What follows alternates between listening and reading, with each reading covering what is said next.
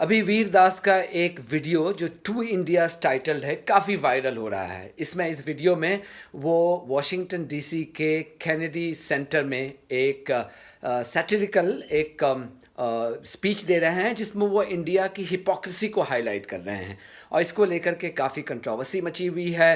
जाहिर सी बात है कि जो हिंदुत्व ब्रिगेड के जो लोग हैं उनके ख़िलाफ़ एक्शन की मांग कर रहे हैं। मिसाल के तौर पर कंगना रनावत ने कहा है कि उन्हें अरेस्ट किया जाना चाहिए। अशोक पंडित ने कहा है कि उन्हें अरेस्ट करके उन पे सेडिशन का केस लगाया जाना चाहिए। जो भी हिंदुत्व के सपोर्टर्स हैं उनको एंटी नेशनल कह रहे हैं। उन्होंने कहा क्या है, ये जो टू इंडियाज़ वीडियो है ये काफ़ी वायरल हो रहा है। More than 1 million views already हो चुका है। इसमें वो जो हिपोक्रेसी की बात कर रहे हैं वो हिपोक्रेसी क्या है। वो कहते हैं कि हमारे बच्चे तो मास्क पहन करके घूम रहे हैं लेकिन हमारे लीडर बगैर मास्क के एक दूसरे को गले लगा रहे हैं। जाहिर सी बात है वो नाम नहीं ले रहे हैं, लेकिन हालिया दिनों में आपको पता है कि नरेंद्र मोदी जब COP26 की समिट में यहाँ स्कॉटलैंड आए थे तो यहाँ पे जो यूनाइटेड नेशन के सेक्रेटरी जनरल हैं उनको वो हक उन्होंने किया था और काफ़ी इस पे यहाँ पे वो क्रिटिसिज्म का भी उन्हें सामना करना पड़ा था ब्रिटिश मीडिया में कि किस तरह से जो यूनाइटेड नेशन के सेक्रेटरी जनरल हैं वो अपने आप को बचाने की कोशिश कर रहे हैं और मोदी उनके गले पड़ते नज़र आ रहे हैं। उसके अलावा वो पोल्यूशन की बात करते हैं। जो सबसे one of the very powerful stuff that he has said कि हम इंडियंस दिन में तो औरतों की देवी की तरह पूजा करते हैं लेकिन रात में उनका गैंगरेप करते हैं। मैं इस पे एक लाइन और ऐड करूंगा और फिर दिन होते ही तिरंगा झंडा पकड़ करके जो रेपिस्ट है उनके सपोर्ट में हम रैली निकाल लेते हैं। उन्होंने एक और भी अभी ताज़ा जो कंट्रोवर्सी हुई थी उसका भी जिक्र किया नाम लिए बगैर कि जब इंडिया पाकिस्तान खेल रहा होता है तो वी ब्लीड ब्लू, हम कहते हैं कि हम सारे इंडियंस अपनी टीम के साथ हैं, लेकिन जब इंडियन टीम ग्रीन से हार जाती है यानी पाकिस्तान से हार जाती है तो सडनली हमारा कलर ऑरेंज हो जाता है, यानी हम नफ़रत का इजहार करने लगते हैं। जो देखा गया कि किस तरह से इंडिया ने जब पाकिस्तान के हाथों शिकस्त का इंडिया को सामना करना पड़ा T20 वर्ल्ड कप में, तो किस तरह से हमने एक मुस्लिम खिलाड़ी जो ओनली मुस्लिम खिलाड़ी मोहम्मद शामी थे उनको सिंगल आउट किया और उनको कहा कि वो गद्दार हैं, पाकिस्तान से उन्होंने पैसा लिया है। ये सिर्फ इंडिया में ही हो सकता है। इसी हिपोक्रेसी की वो बात कर रहे हैं।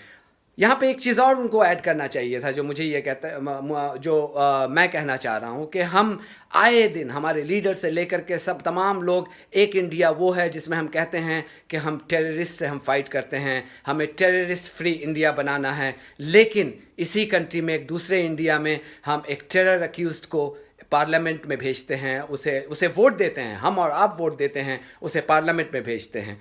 उसी तरह से उन्होंने एक चीज़ और पॉइंट उनको ऐड करना चाहिए था मेरे ख्याल में कि प्राइम मिनिस्टर दिन और रात ही swears by the ideology of Mahatma Gandhi, लेकिन उन लोगों को रिवॉर्ड करते हैं जो गांधी के किलर हैं, जो नाथूराम गोडसे हैं, उनका मंदिर बनाया जा रहा है। जो लोग उसको नाथूराम गोडसे की वर्शिप करते हैं उसको ट्विटर पे फॉलो करते हैं, तो ये भी एक इंडिया है। उन्होंने एक ये भी कहा कि 75 ईयर ओल्ड एक इंडिया है जिसमें 75 ईयर ओल्ड जिनकी आइडियोलॉजी जो है वो 150 साल पुरानी आइडियोलॉजी है, लेकिन वो हमारे लीडर हैं। उन्होंने राहुल गांधी की तरफ भी ये कटाक्ष किया कि एक ये भी इंडिया है जहाँ पे एक ग्रोन अप लीडर हमारा वो आज भी अपनी माँ पे डिपेंडेंट है। तो ये ऐसा नहीं है कि उन्होंने सिर्फ हिंदुत्व वालों को ही क्रिटिसाइज़ किया है, उन्होंने कांग्रेस पार्टी को भी अपने सटायर का निशाना बनाया है। उन्होंने एक जो हिंदुत्व वाले हैं जो कहते हैं हमारी जो औरतों के उनकी साड़ी पे, उनके लिबास पे, उनके पहनावे पे जो क्रिटिसाइज़ करते हैं, उन्होंने कहा कि ये वो लोग हैं जो ज़िंदगी में कभी भी उनको साड़ी उतारने का मौका नहीं मिलेगा। उनसे मुराद ये है कि इन्होंने सेलिबेसी ली हुई है। उन्होंने कहा कि एक तरफ तो हम वेजिटेरियन की बात करते हैं, जिस तरह से भी आप देखा गया कि गुजरात में जो बीजेपी रूल्ड स्टेट है कि वहाँ पे जो नॉन वेजिटेरियन जो सेल करने वाले जो गरीब छोटे बिजनेसमैन वहाँ पे थे, उनके दुकानों को ज़बरदस्ती टेरराइज़ करके उनको बंद करा दिया गया। कहा गया कि यहाँ पे आप नहीं बेच सकते हैं नॉन वेजिटेरियन बिकॉज हम वेजिटेरियन हैं, लेकिन जो वेजिटेबल्स उगाते हैं फार्मर उनको यूनियन मिनिस्टर का बेटा अपनी गाड़ी से कुचल देता है, उन किसानों को मार देता है। तो ये एक उन्होंने ये भी एक हिपोक्रेसी की बात की। इमिग्रेंट्स की बात की कि हम अपने यहाँ तो इंडिया में बड़े मेट्स रखते हैं, ड्राइवर्स रखते हैं, लेकिन जब हम अपने मुल्क से बाहर आते हैं तो यहाँ पे छोटे छोटे जॉब करने से भी हम नहीं कतराते हैं। आई थिंक एक लाइन और इसमें ऐड होना चाहिए कि हम जब इंडिया में होते हैं तो हम हिंदुत्व की बात करते हैं, डिवाइड की बात करते हैं, हिंदू मुस्लिम की बात करते हैं, लेकिन वही जब हम वेस्ट में आते हैं तो यहाँ के जो प्लुरलिस्ट सोसाइटी है, जो मल्टी कल्चरल सोसाइटी है, उसका फ़ायदा उठा करके अपने आप को हम जो सक्सेस के लैडर हैं उस लैडर पे हम अपने आप को चढ़ने की कोशिश करते हैं।